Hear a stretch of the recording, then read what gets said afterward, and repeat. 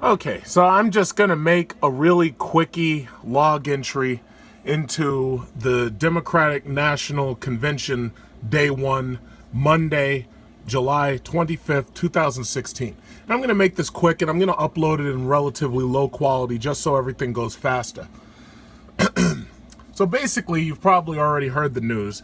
Debbie Wasserman Schultz, one of the most rabid Democrat Party talking heads since the Bush administration, who kept going through the Obama administration, rallying for him specifically because she knew it would buy her votes in Florida, was basically caught saying nasty things, especially about Hispanics. She called them taco bowls and whatnot. I don't even want to repeat it.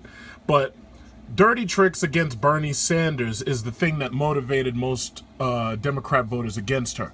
It says, instead of apologizing for Wasserman Schultz's misconduct on her behalf, Hillary Clinton has named Wasserman Schultz as honorary chair of Clinton's presidential campaign. First of all, I have been calling this for over a year. Anybody who has followed the things that I have said, they knew that I have been saying that this was going to happen for an entire year. First of all, right now is July, so we've got a couple of months in between now and the election. Basically, we have no idea what things may happen that will sway voters either way. Right now, I don't believe anything the media says at all. Whether it's MSNBC, Fox News, CNN, whatever. I don't believe anything any of them say. They like to talk about who's ahead, is Hillary ahead, is Trump ahead. Here's my question. How the hell can you say anybody's ahead when you haven't even had a debate yet? You haven't had a single debate yet, and yet you're talking about who's ahead. How is anybody ahead and there's been no debates? They want to keep this, they want to keep it close because they know that you'll keep watching. They know a lot of people are emotionally tied to this election.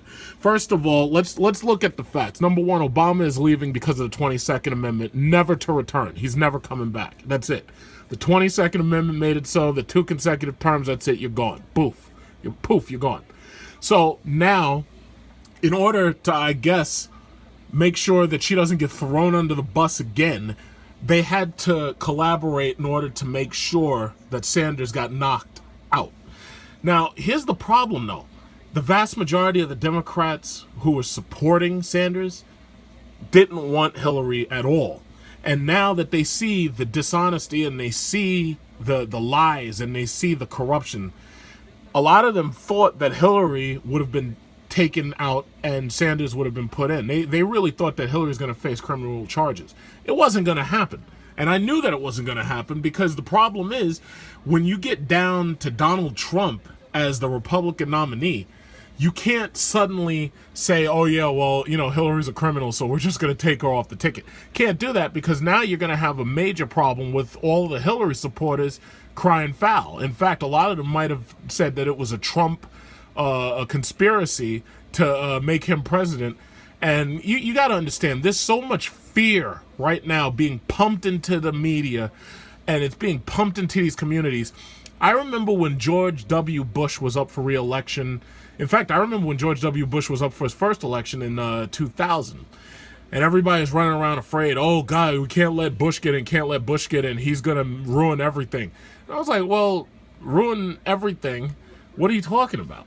Now, nobody could have guessed that 9/11 was going to happen, and nobody could have guessed that the Federal Reserve policies are going to put us where we are, where we have 0% interest rates and everybody's borrowing money, cheap money, and not being able to pay it back because they've lost their jobs.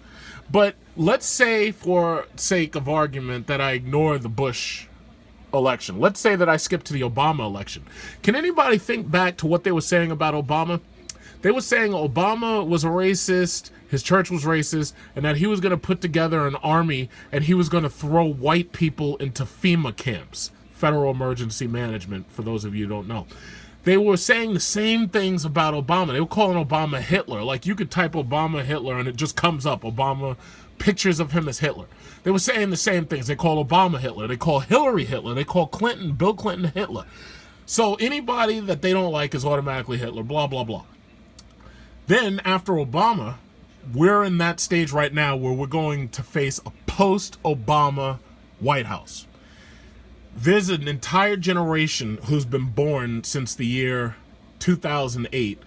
And because a lot of these kids are getting older and they sit down and they see their parents get emotional about politics, ask any of these kids what they think about Donald Trump. And it's scary because a lot of these kids, I mean, I've seen autistic kids who start crying when they hear the name Trump because they get scared that their parents told them that Trump is going to box them up and ship them back to their country.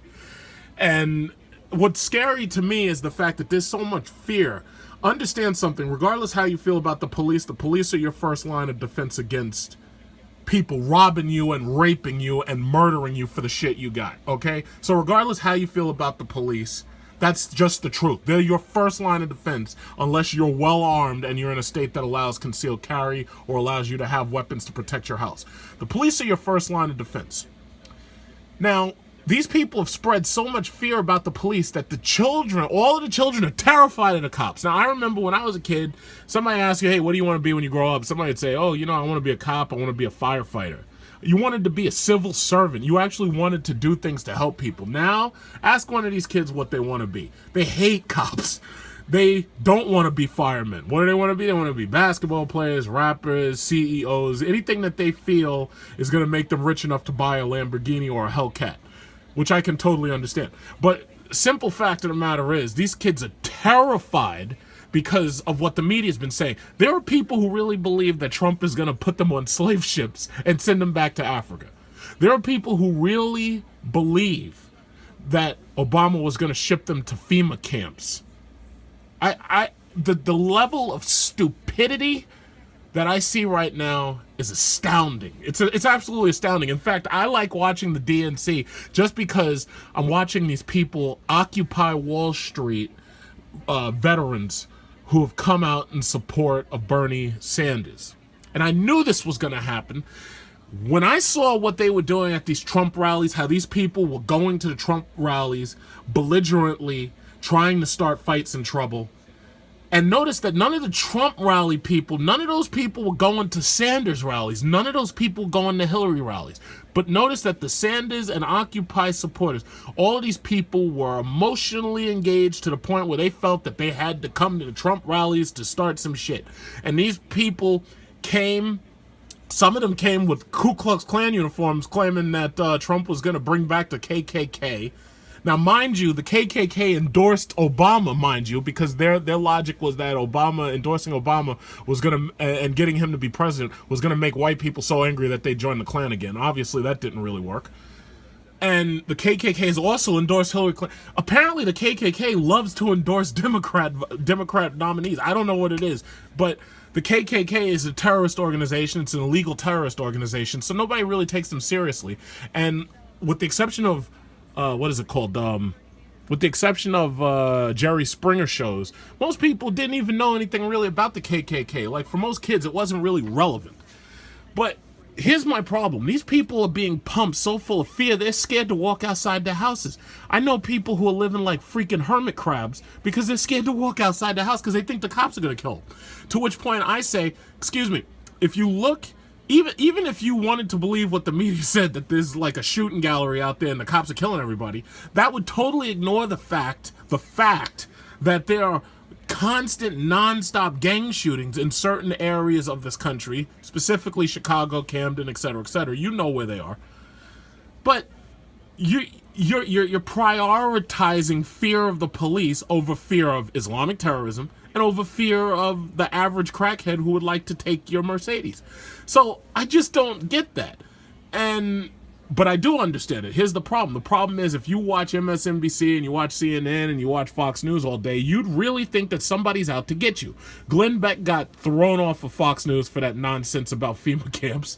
And now I think he's getting thrown off his radio station for the same nonsense. But these people are being pumped so full of fear. So bottom line is this. I was watching this DNC thing. Every single time the name Hillary is mentioned, people are booing.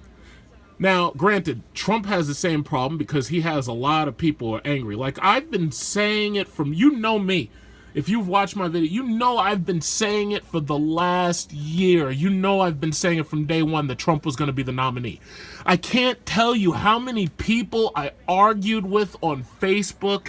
I can't tell you how many people I've argued with in real life who, oh no, that would never happen. That would never happen. America's not stupid enough to, that would never happen. But the problem is that unlike me, they never get out of this country. They don't travel. They didn't see what the rest of the world looks like. So basically, I've been to Dubai. You've seen my Dubai video. I've been to China. Unfortunately, when I went to China and lived there, we didn't have iPhones because that was years ago. So I couldn't, like make, what is it called? I couldn't make videos about China. But I want you to take a look at people just like this. I made a milk carton of this guy, Peter Seltzer, and he's on Facebook. And Peter argued me down. And it was kind of funny that he's a white man who doesn't support Donald Trump, and I was a black man that did, because I see the bigger picture. And it's always these assholes from California. California has become so leftist and so liberal that these people don't think anymore. Everything, as far as they're concerned, is part of their establishment and their entitlement. But anyway, Peter Seltzer right here, and I'm going to show you this because I made this beautiful meme about Peter. Because Peter argued me down that Trump would never get the nomination from the GOP. I argued with this jerk-off for a year that yes, he was going to get it. How did I know? Well, I took a look at the rest of the GOP field, and I saw that there was absolutely nothing there that would support the people and to support their desire for a leader as much as Trump does. And a lot of people say, oh yeah, well, he's no leader. Well, guess what? The mere fact that he's gotten where he is, and the mere fact that there's people who support him that much, he's leading somebody. That's the bottom line. So this is Peter Seltzer right here. So if anybody knows him, please let him know that I made this video. Now, there's another guy, Michael Triggs. Michael Triggs. I don't know if anybody knows this jerk-off from Facebook. Another person who argued me down. Jeb Bush is going to get the nomination. Jeb Bush is going to get the nomination. Well, guess what? The mere fact that Jeb Bush's last name is Bush automatically told me that there's no way in hell he was going to get the nomination simply because his last name was Bush. I had to argue with family members about that. I've got these family members who are know-it-alls, and they think, they know everything. Unfortunately, everybody knows everything. It's like everybody's parrots now. But he argued, oh yeah, well, all Bush had to do was attack Trump. It's like, listen, guys, you can attack that man as much as you want. It doesn't matter. He speaks louder than you. He speaks with authority. You can't fight somebody like that unless you attack their very persona of being a powerful winner. How the fuck do you attack a billionaire? You can't do it. So Triggs, Michael Triggs, I want everybody to look him up on Facebook. Michael Triggs not only argued me down, but as soon as Trump was basically knocked Bush out, and then he knocked out Ted Cruz. See, Michael stuck around for Ted Cruz. Soon as Ted Cruz got knocked out, after Bush got knocked out, all of a sudden he disappears. He called me a name. I'm not even going to repeat it. He called me a name. It wasn't the N-word, but he called me a name, and he jumps offline, and he makes it so I'm blocked, so I can't get to him. But you know what? I'm going to have you guys get to him, because you guys can look him up on Facebook. He blocked me. But anyway, Michael Triggs, Peter Seltzer, I argued with these people for a year that Donald Trump was going to be the nominee. How did I know? The mere fact that he attacked people like Megyn Kelly after they attacked him, mind you, they came after him first, because you're talking about somebody who, if you punch him, he's going to hit you back so hard you ain't getting up. And I like that. But bottom line is the mere fact that he said the things that he said and still was supported by the people, that let me know a couple of things. The vast majority of this country has lost faith in this system. The vast majority of this country probably, if you gave them a poll, if they could tear down both the Republican and the Democratic Party, would they do it? The vast majority of this country would probably say, yes, we would. Because that's how much they hate the system as it is. And it's this Bernie Sanders situation which is actually bringing out the residual hate from Occupy Wall Street. The simple fact of the matter is, and I've said this to, when I argue with people, I get in so many arguments, but the simple fact of the matter is, the vast majority of these kids that you see, these students, the vast majority of these kids are indentured servants. And what do I mean by indentured servants? Well, that's a word they really don't teach us anymore. Indentured servitude means that you're probably so deep in debt that you're going to be working for somebody for the rest of your life just to pay it off. What do I mean? Well, I could have gone to a $40,000 per year private school, but instead of doing that, I messed around, I missed the deadlines, and I ended up going to a CUNY school and only paying $2,000 per semester. And this was back in 1999. This was long before college loan debt was even a situation. You're dealing with kids now who've been going to party schools and getting useless liberal arts degrees. I want you to read that with me. Useless liberal arts degrees. And at this point, they are hundreds of thousands of dollars in debt. They have more debt than I've got like car loans. And my cars pay for themselves. My YouTube videos pay for themselves. Like I can buy an iPhone for $1,002 or $1,005. I don't even think twice about it because all that pays for itself in like a month or something. But anyway, these poor kids, and I feel bad for them because the problem is these kids are basically indentured servants. They'll never be able to pay off that debt. So here you got somebody, oh, this is my favorite. Wants more government. These are the people from Occupy. These are the people from the Bernie Sanders rally. They want more government. That's more government. The more government you ask for, the more you're going to get. But guess what? When they say more government, they're hiring more cops. And they're hiring more special ops soldiers and this, that, and other. These people do not understand how the economy works. And I do. I understand the very basics of the economy. And the problem is the basics are always true. 1 + 1 is going to be 2 no matter what planet you go to. But bottom line is this. I feel bad for these kids because they're never getting out from under that debt. Their debt to income ratios are blown to shit because they owe $100,000 plus. That's a mortgage, my friends. That's something that even if you're paying $700, $800 a month, it takes 15 to 30 years to pay off that kind of loan. These kids are indentured servants. Indentured servants. That's what they are. This picture right here, this was the moment that I knew that these people were going to be around Occupy and the Sanders supporters. I realized at this point right here, when they got him off his mic, that these people were not only going to go after Trump, but that they were going to keep coming back and they were going to go after Sanders and Hillary until they got what they wanted. The problem is, these liberal arts studies majors don't seem to understand how real life works. You don't get something just because you say you deserve it. It doesn't work that way. That's called an entitlement. It does not work that way. But when I saw what they did to Bernie Sanders and took his mic from him and bullied him off of the pulpit, when I saw what they did then, I knew these guys were not going away. And now what you've got now is every day they're ramping up protests against Hillary Clinton. Her name gets mentioned, she gets booed. And I knew it was coming. I just see, the sad thing about me is I play speed chess. So me personally, I hate waiting to see things happen. I hate waiting for things. Maybe that's why I buy all these fast cars. I can't take the wait. I knew it was coming, and now it's finally here. And this is just, you know, when you go to a movie and they have trailers before the actual movie. This is just the trailers. The real fight, the presentation. The feature presentation hasn't even started yet. These guys are not going away. They're going to be a thorn in Hillary's side this entire week. And what may happen is they may have to bring Barack Obama there early or something just so he can try to calm these people down and say, listen, basically his message is going to be nothing more than this. See, Obama loves to give these long speeches that all of these liberals from these English PhD programs can listen to. I don't need to hear all that. I need you to tell me the bottom line. I need it told to me quick. What he's probably going to end up doing is coming down and saying, hey, guess what, guys? Listen, if you don't support Hillary, Trump's your next president. And he just needs to say nothing more than that. And if I was him, he likes to drop mics. I drop the mic right after that. Hey, guys. Hey, idiots. Hey, listen. Hey, are you listening to me? If you don't support Hillary, Trump's your next president. That's it. And then drop the mic, and then walk off with your swag, get into the helicopter, chubby, and fly back to the White House.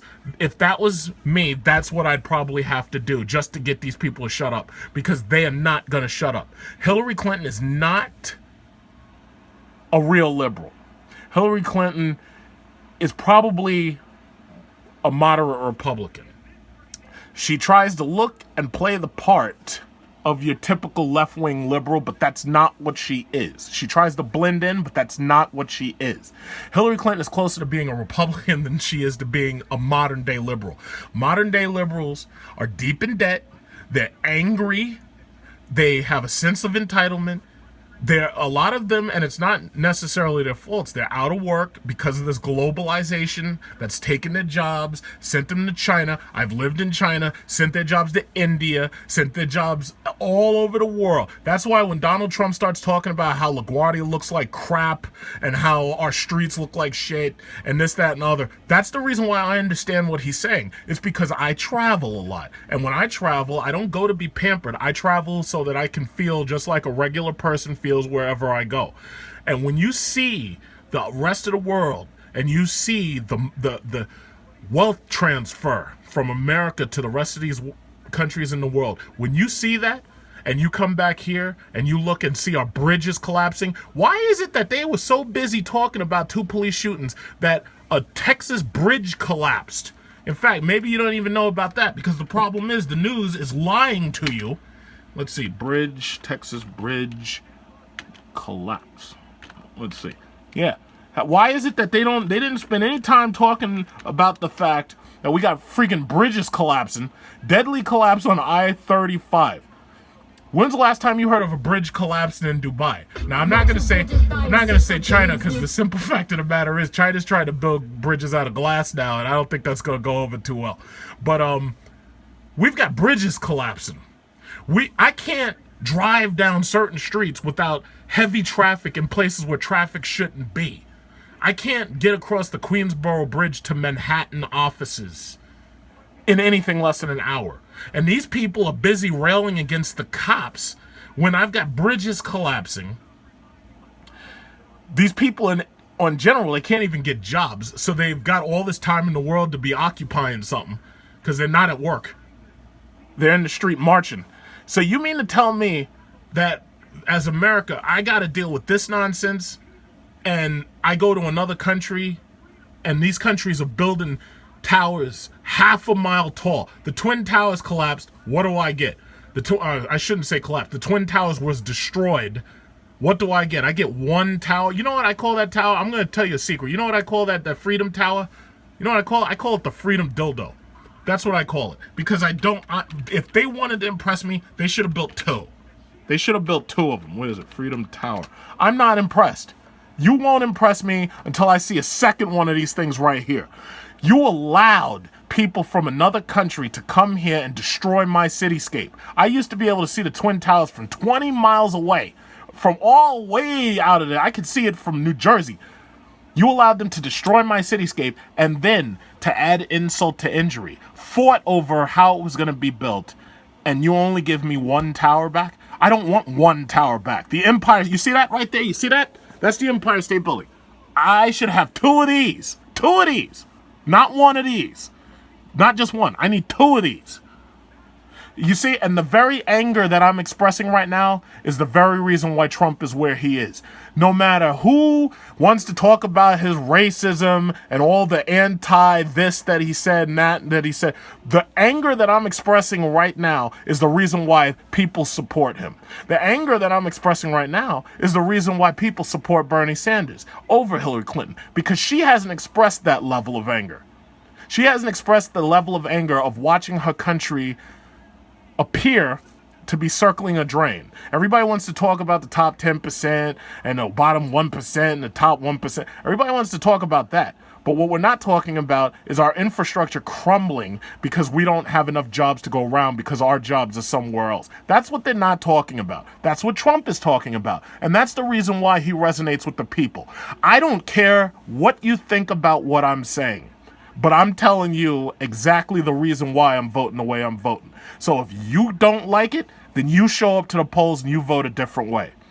But this is only day 1 of the DNC party. This is only day 1. This one right here, Debbie Wasserman, I don't know what's going to happen with her next. And honestly, I don't care because I haven't liked her for a very long time. I don't like shills. And especially if you're going to use, what does that say? Dirty tricks. Don't like that. I don't like that. So if you're going to trick Bernie Sanders out and you're not going to obey the will of quote-unquote we the people, then I ain't got nothing for you.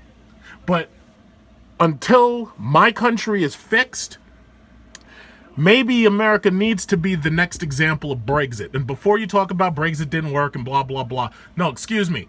Brexit did work because now they're taking themselves out of that European Union, because you know what they said? They said, we're not going to be held responsible to bail out these weaker countries whose socialist policies that these idiots on Facebook constantly talk about. Oh yeah, well, Scandinavia and Sweden got this and that, and they're paying only a 50% tax rate. First of all, half of you people here aren't even working because you don't even have a real steady job, number one. The majority of your money is going right back into the system, and you're not able to build any wealth whatsoever. But the mere fact that those socialist countries have failed is more than enough reason why I would never support Bernie Sanders, because he's a communist. That's number one. The ultimate goal of socialism is communism. Lenin said that. That's number one. But bottom line is, those socialist countries have failed, and you're not going to get a chance to do that to this one. So someday, I don't know, maybe someday they'll figure out a way to put a second one of these buildings here. But when you look at this picture right here, I want you to take a good look at that picture right there. That's the reason why Trump just very well has a 50-50 chance of being the next president. That right there is what has taken him this far. The level of anger that I'm expressing now is the reason why he's second in line to possibly be the next president. So when you understand that, then you'll understand how we got to where we got right now.